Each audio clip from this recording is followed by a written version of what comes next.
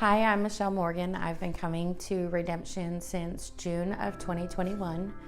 I first started coming after an argument between my son and myself, and it led to some changes in our household and a separation from my family. And I remember that first visit, I literally slunk in and slunk out as quickly as I could, not to interact with anybody.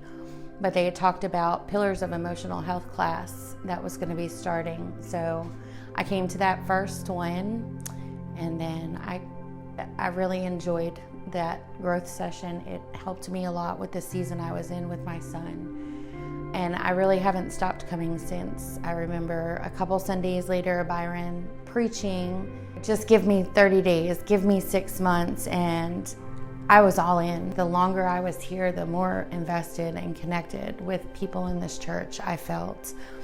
That led to me eventually serving in kids, which was awesome. You know, it was very intimidating at first because those kids are a handful, but they are a blessing. They are my driving force behind everything I do here at this church. In 2022, the Multiply Initiative kicked off, and we had been tithing. I don't feel we were tithing regularly, but I was tithing, and I noticed changes in our lives, little blessings. Things did not seem as hard when we were met with storms and troubles. The more I gave of myself, the lighter the load on my shoulders felt. I remember being more and more invested with this church, especially being back in kids and seeing the need for our growth in a new building and new space for our kids, not just for the kids, but for families to go into the sanctuary as well. And that became a driving force. I have never in my entire life been as invested in a church as I am with Redemption. I very sparingly attended church as a child. It was when it would suit my parents' needs. But I feel the difference when I come here, especially when I see my kids asking these deep questions about church and God and their world around them, and I'm now able to give them answers the more I'm invested in this church.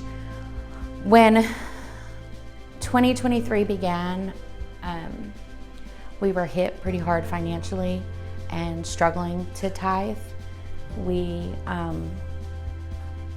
oftentimes had to choose whether we were going to tithe or buy groceries. But even just a little bit that we gave, we saw simple changes and blessings that were becoming more abundant in our household. But with the blessings, also new opportunities arose.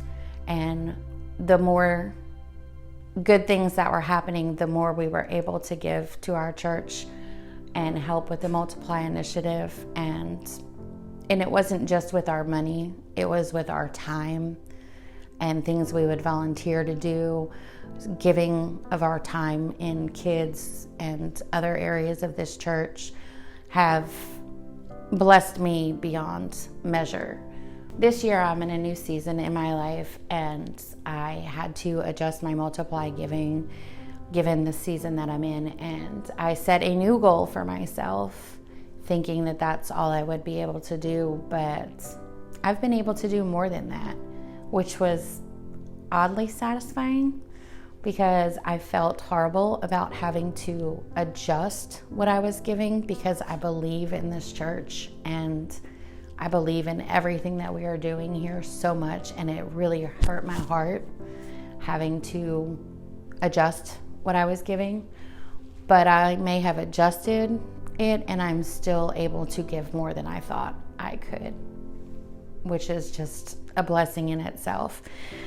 God is working through me in this season, and He's telling me to be still and be quiet and release things to Him.